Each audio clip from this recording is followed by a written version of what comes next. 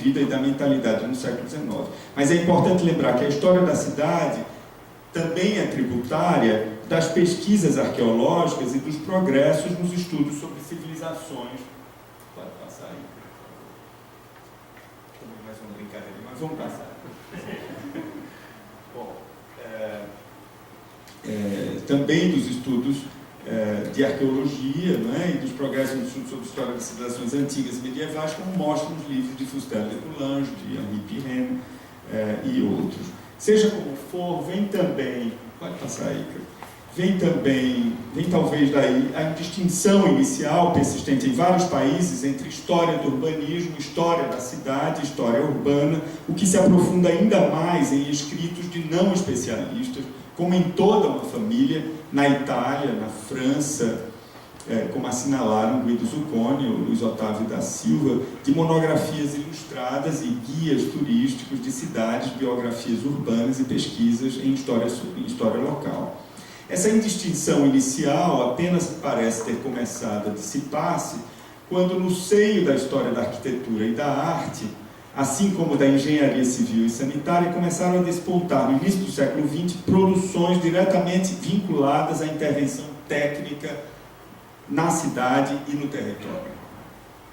São emblemáticos desse período, por certo, em diferentes direções, livros como os do biólogo e filósofo Patrick Giggs, Cities in Evolution, ou do historiador e bibliotecário francês Marcel Poët, Formation et Évolution de Paris, de 1910, e Introduction à l'urbanisme, l'évolution des villes, la leçon de l'Antiquité, de 1929, que não por acaso se tornaram dois dos principais patriarcas da jovem ciência urbanística. Livros de história da cidade, patriarcas da jovem ciência urbanística. A mesma dimensão operativa que eu estava frisando em relação à história da arquitetura. Estabelecendo as introduções históricas como elemento constitutivo da literatura e da prática do urbanismo desde então. Estudos históricos de cidades internos ao campo profissional, que algumas décadas depois viriam a se tornar não apenas referência de novas safras de trabalhos de corte operativo, como os de Saverio Muratori, Christopher Turner, Carlo Emonino ou Aldo Rossi, mas objeto de algumas dos primeiros manuais de história da cidade e do urbanismo, como os livros de Lewis Mumford, Hans Blumfeld, Leonardo Benevoli, François Choët, Fernando Tchorka-Goitier, Paulo Sica ou Gordon Cherry. Não posso me estender na enumeração e classificação dessa imensa literatura que não para de se ampliar a partir dos anos 60. Mas apenas apontar que a semelhança do que se passou em história da arquitetura e, em paralelo, a ampliação das referências teóricas, dos objetos e casos de estudo, das metodologias de pesquisa, etc., foi também a partir desse momento, nos 60, que se tornou melhor apreensível um esforço simétrico ao da arquitetura de estabelecimento epistemológico e de revisão propriamente historiográfica do campo. Algo incompreensível se não atentarmos para uma tomada de distância dos historiadores da cidade, da urbanização e do urbanismo em relação às tarefas práticas do planejamento. Distanciamento não só profissional, mas distanciamento crítico. As pesquisas historiográficas de Guido Zucconi com respeito à Itália, de Anthony Sutcliffe com relação à bibliografia britânica, de Bruce Staves quanto à norte-americana, ou de Arturo Almandoz quanto à América Latina, aliás, apresentadas no show, o segundo show aqui em Salvador, se não me engano, né, que é de 90 e 2002. Não, o segundo de Salvador. O terceiro. Que vieram o Sutcliffe, o Arturo e o Zucconi. Exato. Aquele livro maravilhoso que é Heloísa e você, Margarete. Não, Heloísa e Marco Aurélio organizaram, né? Heloísa e Marco Aurélio.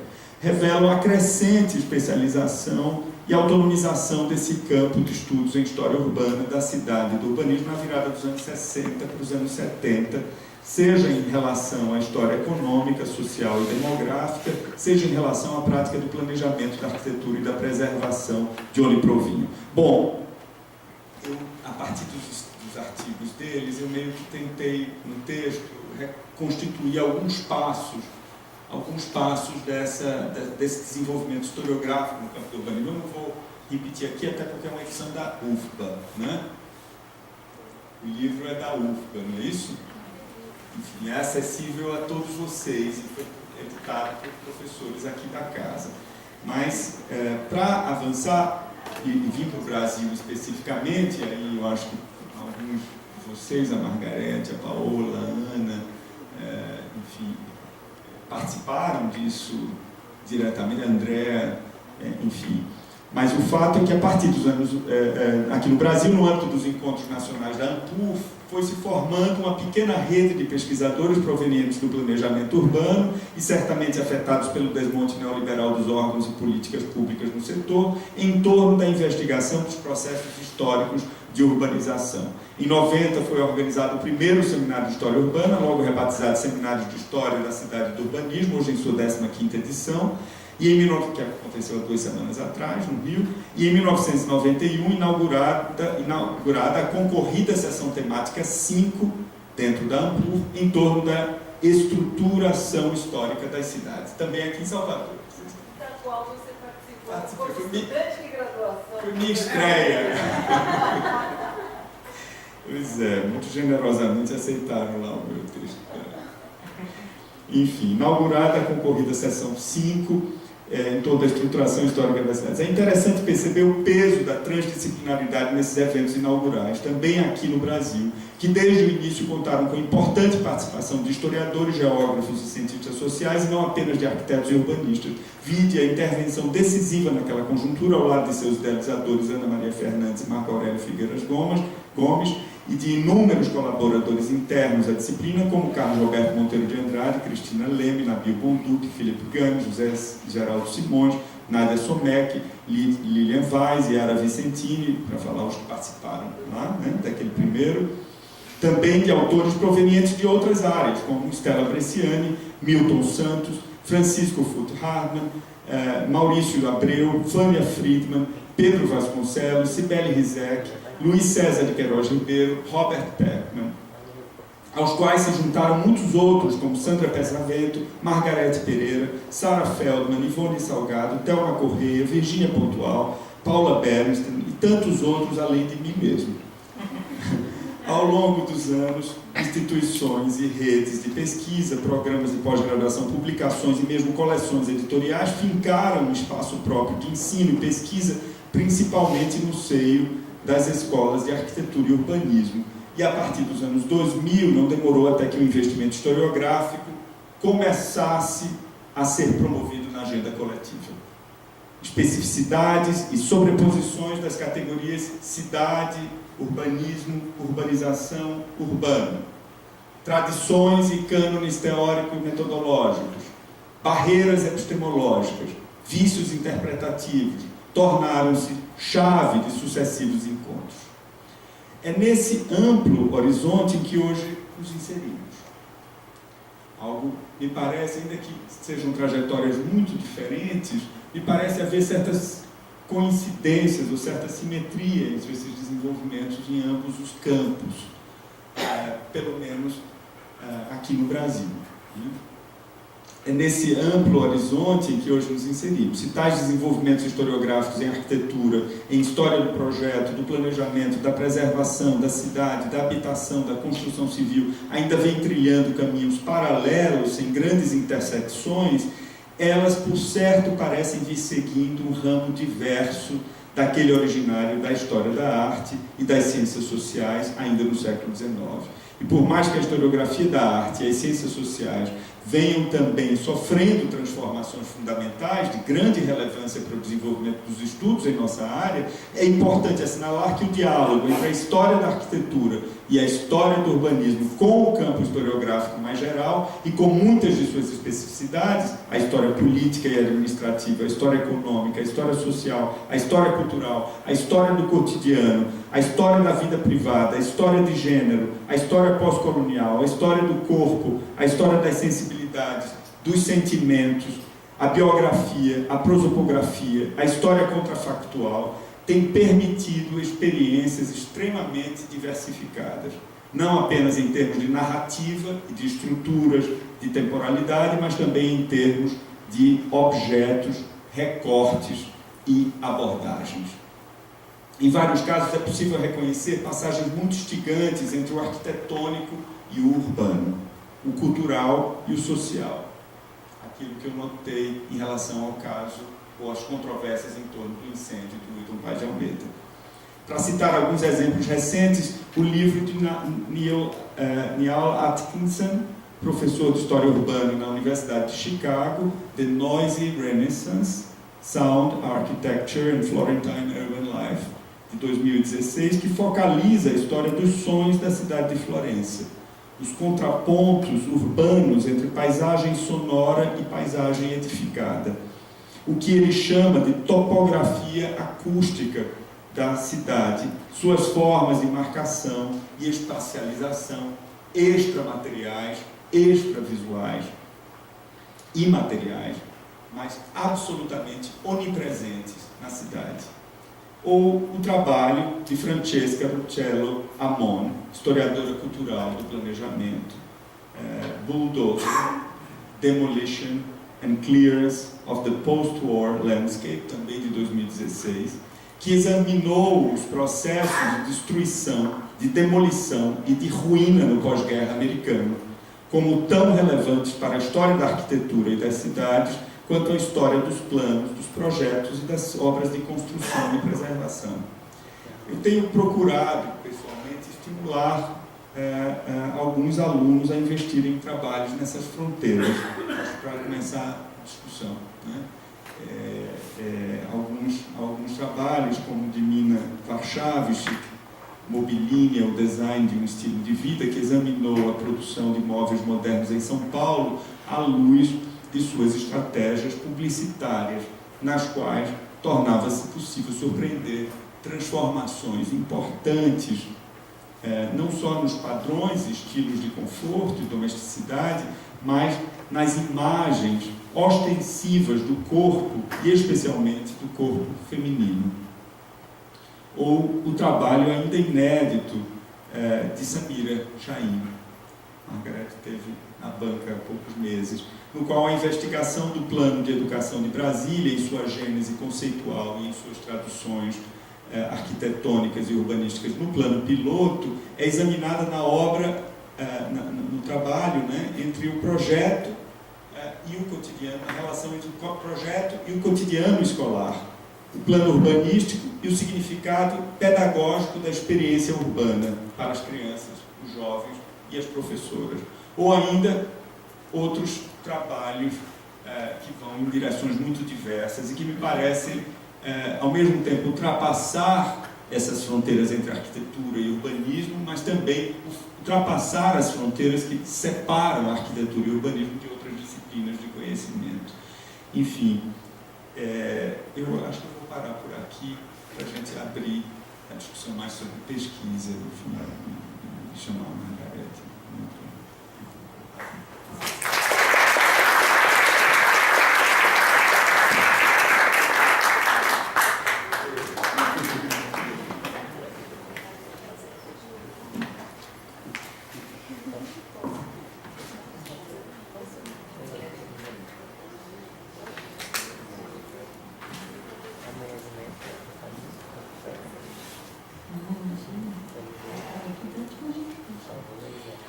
Vocês vejam, boa noite, realmente somos numerosos nessa véspera de feriado, e falando de uma amiga, uma conhecida em comum, mas que agora ouvindo Zé me fez pensar nela também, ela usava a expressão, mas isso é uma encrenca, né?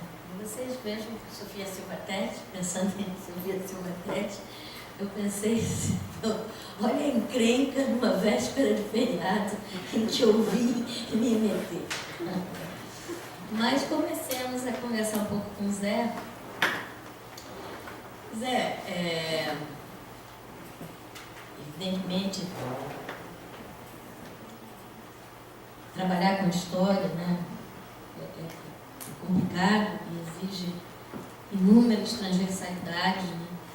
E evidentemente, é notável o seu esforço, como de alguns das pessoas, inclusive, que você citou, estou pensando aqui em Almodóvar, estou pensando em... Bom, mas não vamos nem voltar lá para trás para os anos 50, sobretudo 60, mas o esforço de, às vezes, levar o olho mais para fora, né, e poder fazer um relato, um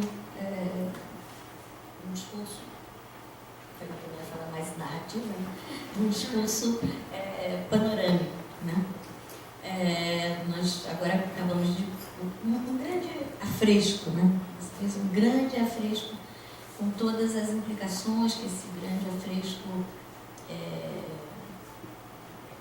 acarreta, e que é lógico que eu tenho a impressão que para toda a plateia, e aí é o problema da encrenca, com todos nós que te ouvimos, o seu texto merece ser lido com todo cuidado, porque na verdade você aborda 3 ordens, de modo de entender assim, muito rápido, de questões que são muito diversas, e só ouvindo, né? Um texto que a gente lê, meditar, ver os nexos que você foi criando. Eu vou começar de trás para frente, né?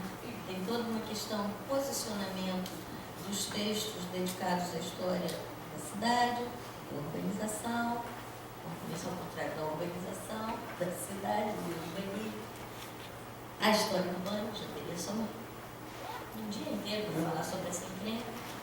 Por outro lado, tem as questões ligadas mais à história da arquitetura, os relatos, as narrativas, vamos dizer assim. Vou usar a palavra narrativa, vocês me desculpem, eu acabei de falar mal da palavra, eu sei, há 3 horas atrás, mas vou usar para ficar mais fácil. As narrativas sobre a história da arquitetura, então isso aí também daria uma outra fileira, eu indo de trás para frente no discurso. Tá? A própria constituição da história como disciplina, é outro tipo de discurso. E, além do mais, eu não sei qual, na verdade eu falei 3, mas são 4. Além do mais, do divórcio brutal entre as questões de sociedade e de cultura. E, portanto, por último, mas para mim o primeiro, a despolitização da reflexão, por mais das vezes, digamos, hegemônica, né, em relação a um gesto público por excelência, um gesto que se insere na cidade por excelência,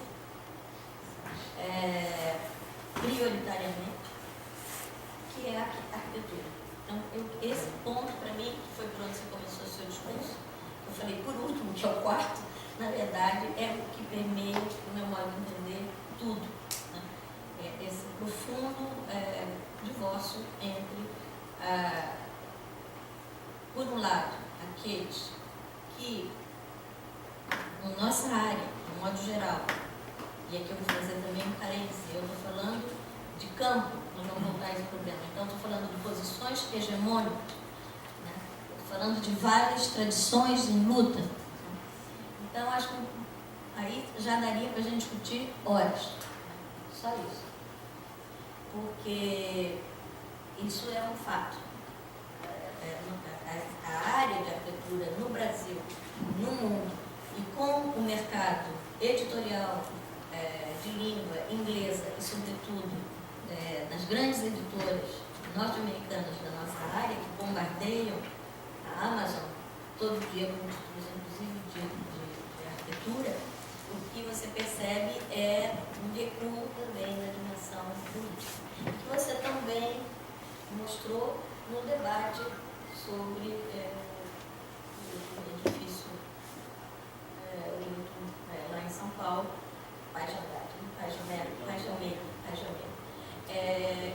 e isso para mim é o primeiro mais legal. Agora, o que eu acho, Zé? Acho assim, fiquei me perguntando, né? Eu tentei também fazer um panorama sobre a questão uns anos atrás, foi publicado num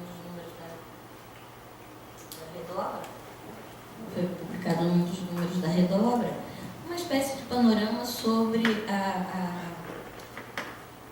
tematização, dois problemas que eu acho que talvez nos ajudassem a pensar, não sei se você já pensou a respeito. Tá? Na verdade, aí de novo, pelo menos vou tentar alinhavar três para te perguntar. Eu achei muito estranho que você não tivesse falado do problema do tipo, do ideal tipo, dos estilemas e da noção de estilo. Isso é uma coisa que eu venho pensando há muito tempo, porque das razões da despolitização dessa nossa, eu não vou falar historiografia, dessa produção sobre o passado que vem sendo feita, ela é dos sucessos da sua performatividade. Por que tem sucesso de um certo tipo de texto e por que outros tipos de texto ficam em segundo plano nessa luta dos sentidos do campo intelectual?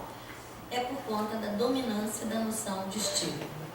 Quando você começa a analisar a partir de estilo, você silencia os atores sociais, você silencia o campo de ação desses atores, você silencia a produção da arquitetura como uma ação pública e coletiva.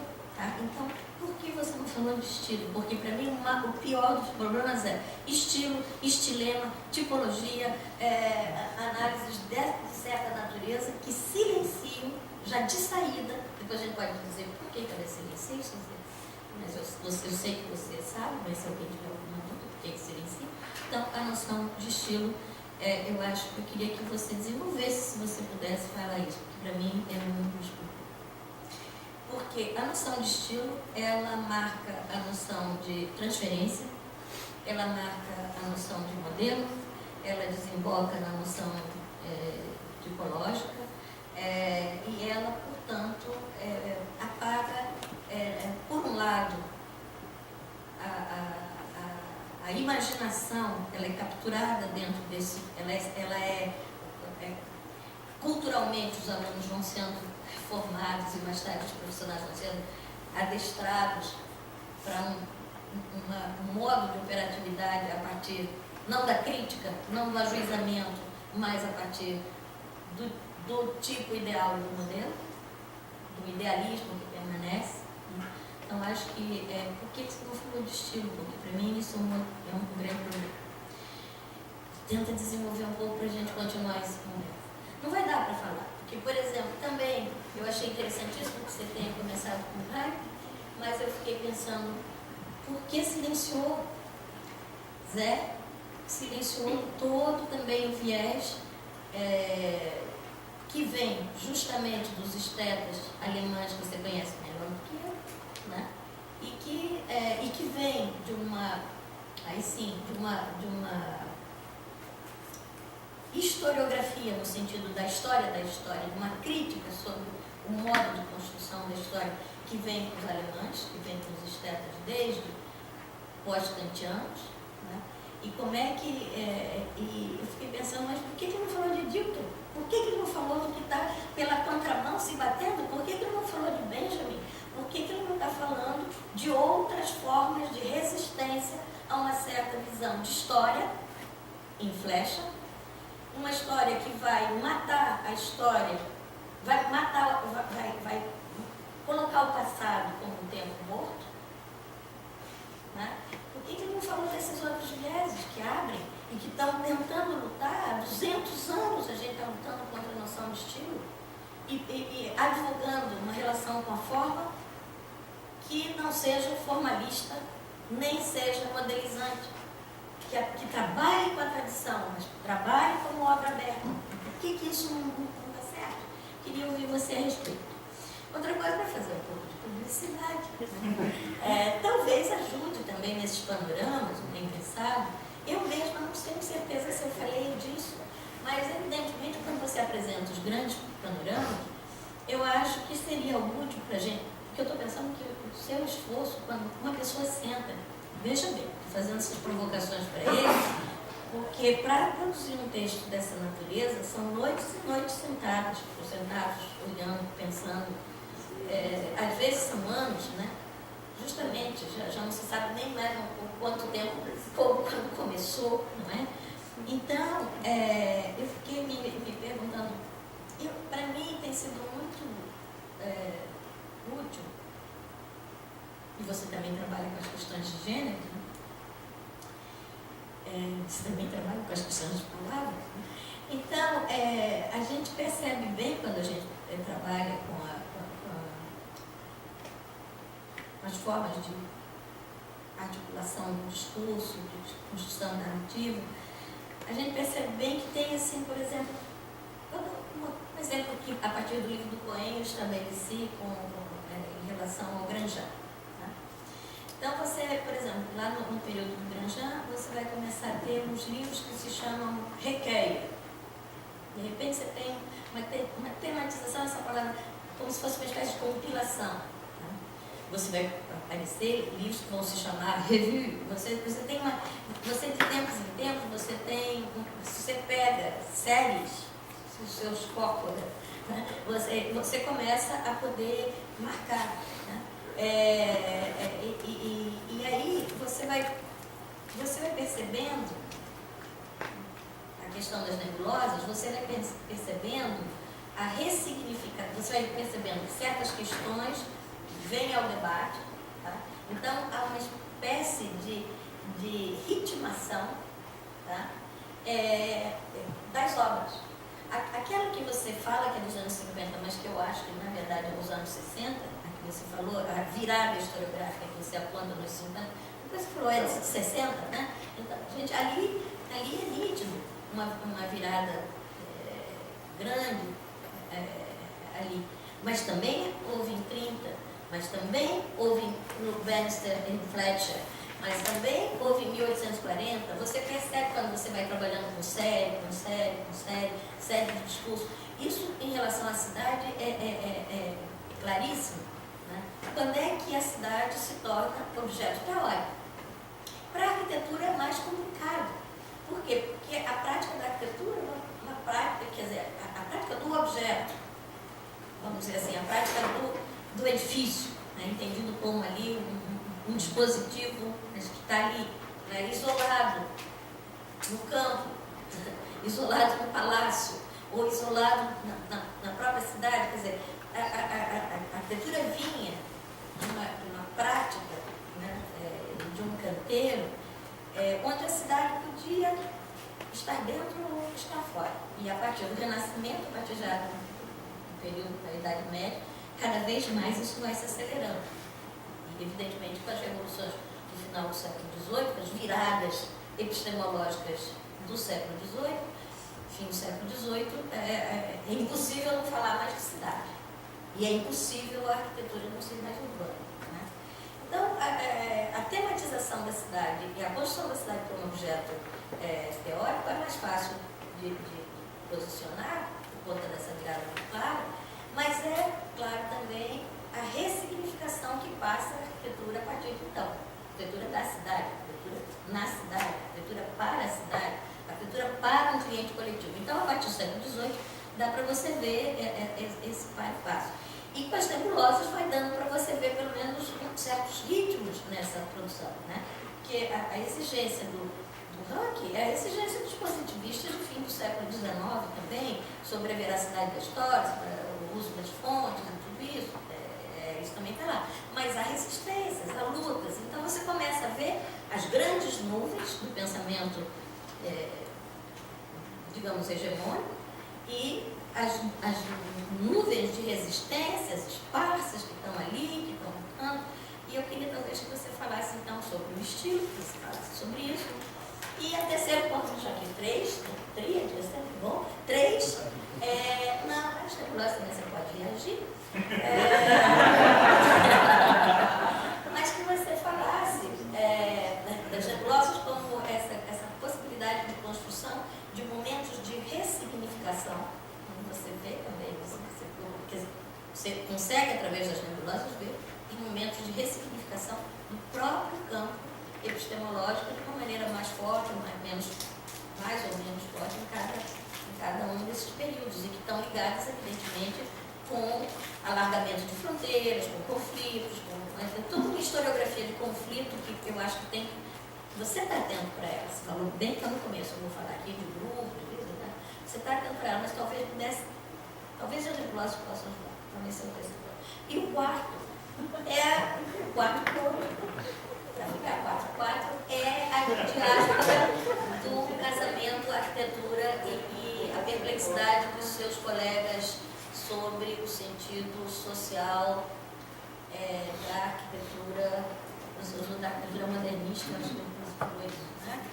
Eu queria só que você falasse também mais um pouco sobre isso, porque é evidente, tem uma nebulosa, essa nebulosazinha que eu falei lá do século XVIII, aquela que vem lá pelos alemães, a que vai bater em Dio, aquela que vai desbarrar em Zimmel, aquela que vai chegar em Walter Benjamin, aquela que vai chegar em Krakauer, aquela que está na Alemanha, aquela que migra para Leonel Venturi, professor de Arban, aquela que está ali latejando, né, aquela da geração Nicrótico, também ali pós-kantiano, né, o kantiano, como você quiser usar, mas que está ali também e que não está esquecendo nunca que a história, está querendo essa história viva e não uma ruína, né, e está, portanto, o regime de historicidade e o regime de rememoração é outro, o regime e a forma de pensar o passado e a articulação passado, presente, futuro, ou pensar simplesmente passado é outra,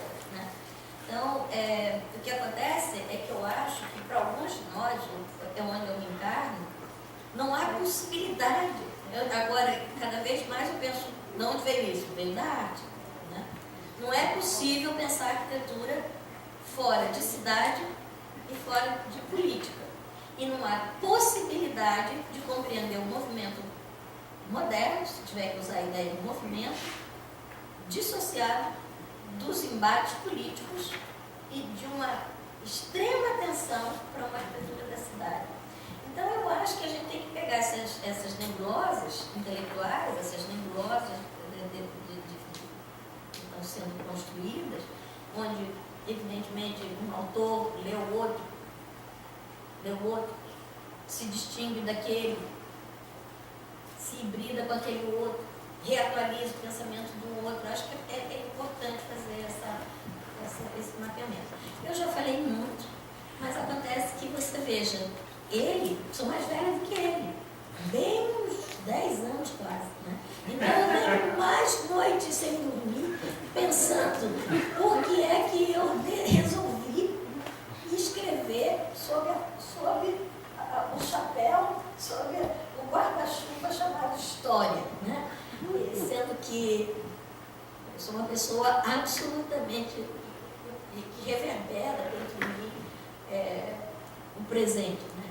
Por que eu fico ali noites e noites olhando todos esses fantasmas, né? E quais os fantasmas que eu escolhi para mim e por quê? E se eu esqueci algum, entendeu? Então, eu fui longa porque esse assunto não é um assunto qualquer. Nem para ele, que eu conheci também menino, nem para mim. E por quê? Arquitetura e política, para mim, estão juntos. E por quê? Na família intelectual da qual eu me sinto, pelo menos, mais ou menos próxima, o urbanismo deveria estar ressignificando a prática de arquitetura desde os anos 20, pelo menos. E não foi isso que foi o caso. Foi uma secessão. E onde a dimensão estética, por que eu briguei hoje daquele pôster a favor da ética e contra a estética? Contra a estética. É uma coisa assim, né? Mas era a favor da ética e contra a estética, né? E a dimensão estética, tanto a dimensão sensível, ela não pode nunca estar ausente também. Então, esse que é o problema. Mas você responde, evidentemente, me mandaram provocar você, eu fico aqui provocando, debatendo, né? É para isso que servem os nossos encontros, para que a gente se resolva conversar. Obrigado, Margarida. Bom, são questões enormes, né? Qual é o nosso teto? Teto do feriado, está todo mundo morrendo Temos um feriado inteiro. E ainda eu imagino que também tem questões no público, né? Mas eu não sei, talvez eu tentar responder. Responde só o estilo, já vai me Não. Por que não falou de estilo? Não, veja só, Maga, enfim, isso é um texto de síntese. É só um texto que já é a segunda versão, né? Não é o mesmo texto que eu apresentei lá na FAO. Já é um texto revisado. Isso que é longuíssimo, né? Acho que muita gente ficou meio cansada a extensão desse texto, mas foi o mínimo que eu consegui escrever. O mínimo que eu consegui escrever de enfim, cursos inteiros, né? Às vezes, cursos inteiros, algumas frases reduzem uma aula inteira, né? Então tem coisas aí que realmente não estão explicitadas. Essa tradição dos estilos, enfim, quando eu me referi à gênese da disciplina, né, da história da arquitetura, e os livros do Kugler, do Schnazer, todos discípulos de Hegel. O Schnazer foi aluno de Hegel. Eles estão fundando essa ideia, em grande parte, com base na dialética dos estilos e da superação, né? Do presente, do passado para o presente, enfim, né? De uma maneira, às vezes, muito esquemática, no caso do Kugler, no caso do Schnazer, mas essa dialética entre o espírito do povo, o espírito do tempo, que permite, em cada momento da história, um determinado estilo se afirmar como na proa do movimento histórico específico, é a gênese, é constitutivo da disciplina. E me parece que em parte, esse tipo de história que vai ser mais útil para a consolidação da disciplina no campo da arquitetura, porque elas nascem, inicialmente, os livros de história da arquitetura não eram livros de história da arquitetura, eram capítulos de livros de história da arte. Então, os primeiros livros em que consta a história da arquitetura, eles são produzidos como parte da cultura ilustrada, histórica, da arte. Não tem essa vocação formativa, operativa que ela vai ganhando. E ela se afirma precisamente quando ela penetra as faculdades, né? Penetra as escolas de arquitetura, as academias de arquitetura. Nesse momento que essa história dos estilos, ou dos tipos, né? Na França, mais fortemente do que na Alemanha, ela é algo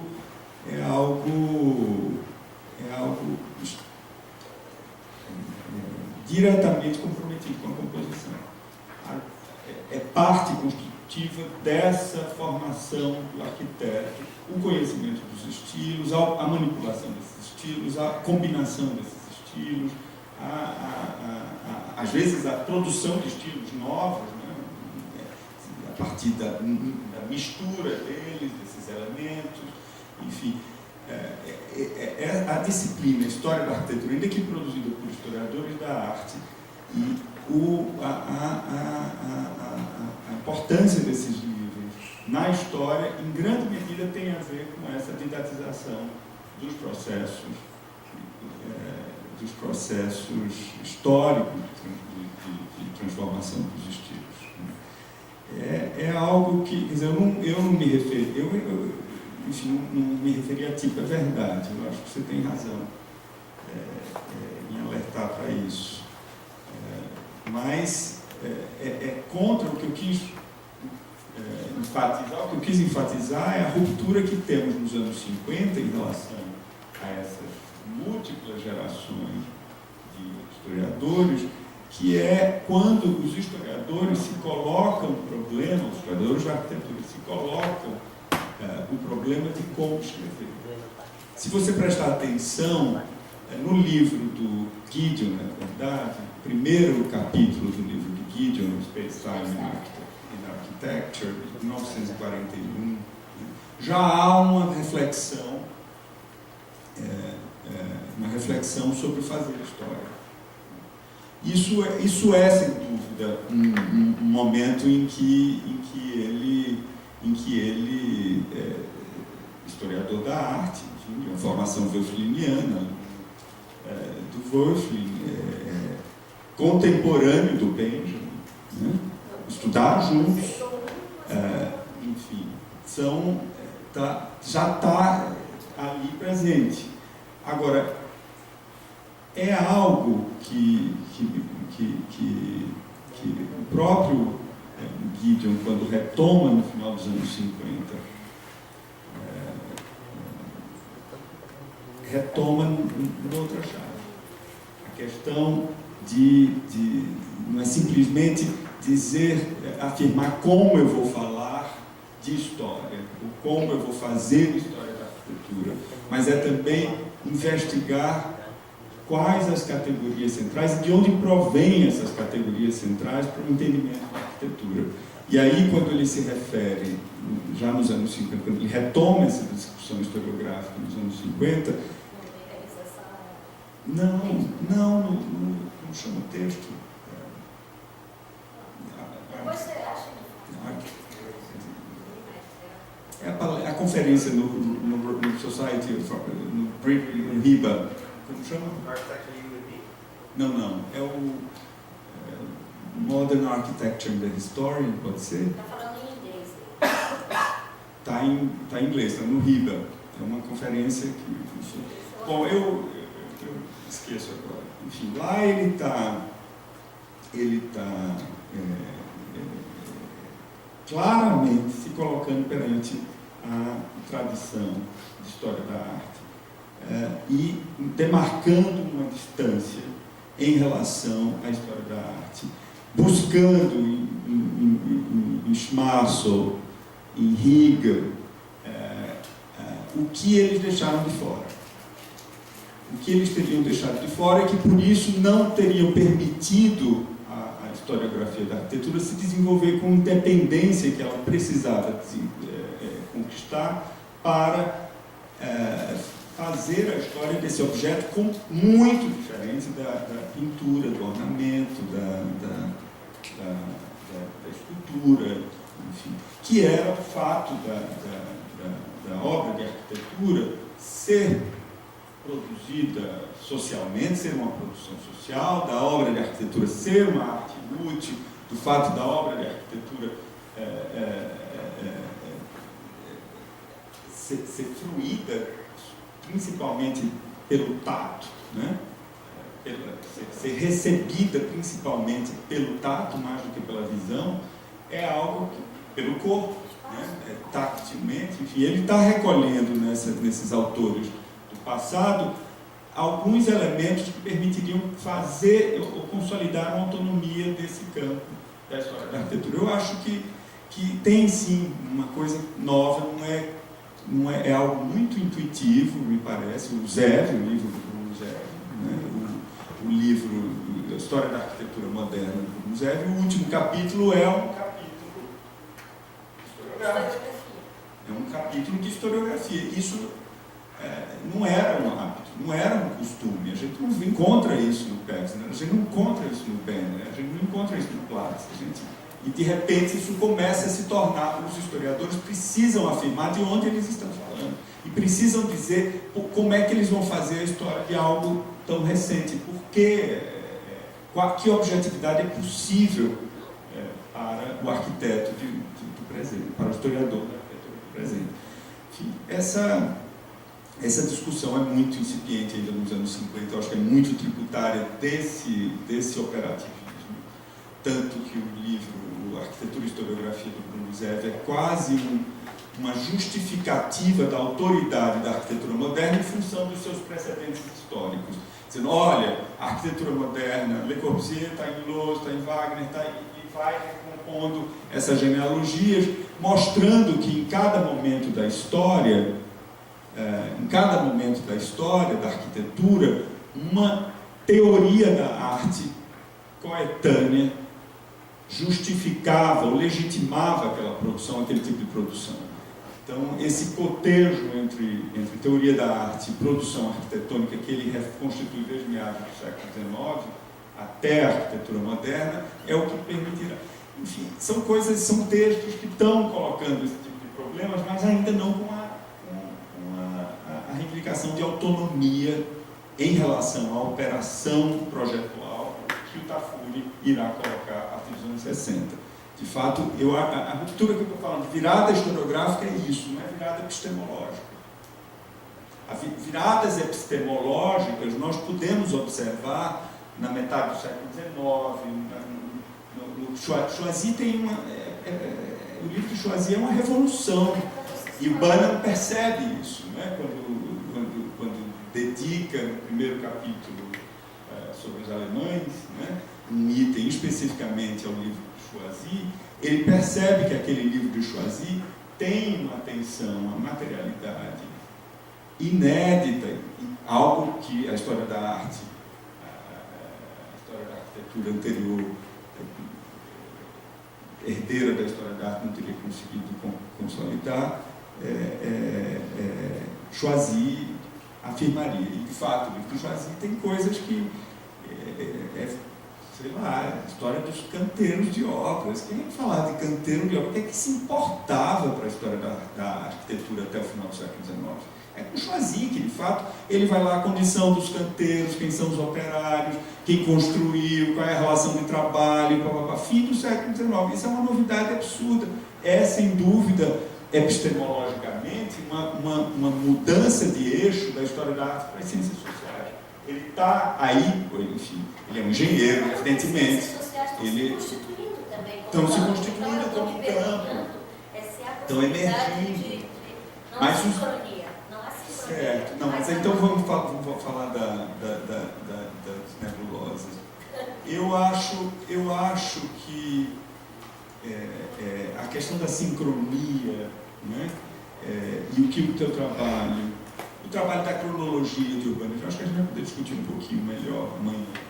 Eu acho que tem permitido a gente visualizar, não é simplesmente e isso com uma riqueza, enfim, vai aí já um elogio.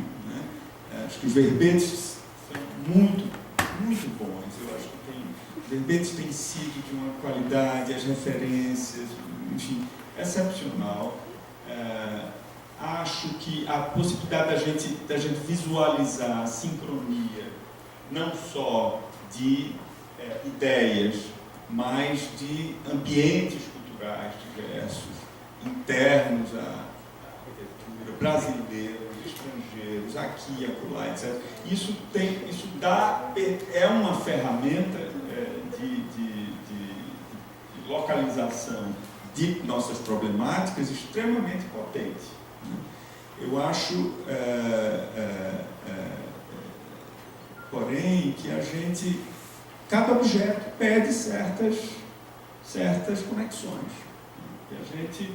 Se a gente não recorta essas conexões que são iluminadoras em relação aos nossos objetos, a gente corre o risco de uma fragmentação infinita, porque as conexões estão ali efetivamente.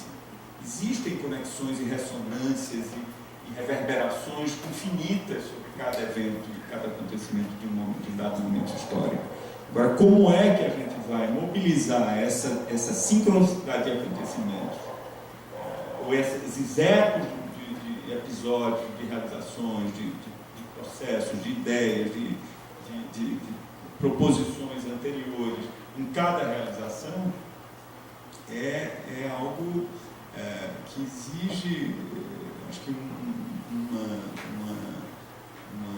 controle extremamente cerrado, porque senão a gente acaba não contando história nenhuma.